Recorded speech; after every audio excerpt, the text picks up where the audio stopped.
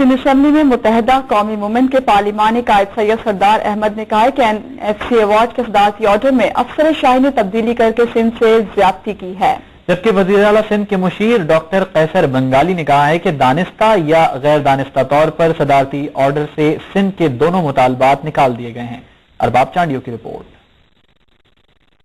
20 साल की जदोजहद के बाद सिंध हुकूमत वफाक ये बात मनवाने में कामयाब हो गई थी कि खिदमात पर टैक्स सूबे वसूल करेंगे और नया NFC अवार्ड सिर्फ आबादी के बुनियाद पर नहीं होगा, लेकिन NFC अवार्ड के मुआहदे में दोनों चीजों के शामिल होने के बावजूद सदारती ऑर्डर में सिंध के इन अहम मुतालबात का जिक्र तक गायब कर दिया गया है। सिंध असेंबली में मौजूद अपने चैम्बर में मुत्तहिदा कौमी मूवमेंट के पार्लियामानी लीडर सैयद सरदार अहमद ने समाज से गुफ्तगू करते हुए कहा कि सिंध के साथ होने वाली ज्यादती से वफाकी मुशीर खजाना को खत लिखकर आगाह कर दिया गया है। उनका कहना था कि अफसर शाही की सिंध के मामलात पर नीयत खराब है। NFC ऑर्डर में तरमीम न की गई तो वो खामोश नहीं रहेंगे।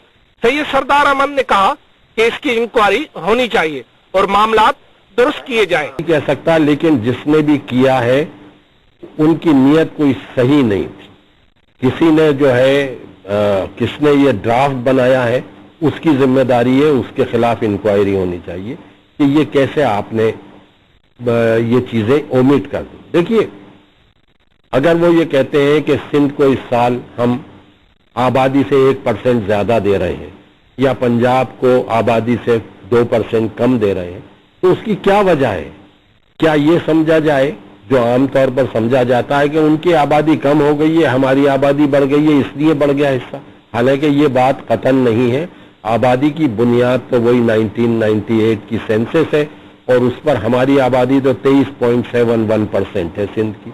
तो अब उसमें ज्यादा जो हमें दे रहे हैं 1% या 2% ज्यादा दे रहे हैं, तो उसके लिए पूरा ये जरूरी था कि ये बताते कि ये मल्टीपल क्राइटेरिया पहली दफे पाकिस्तान में हमने एग्री किया है और ये उसकी वेटेजेस है।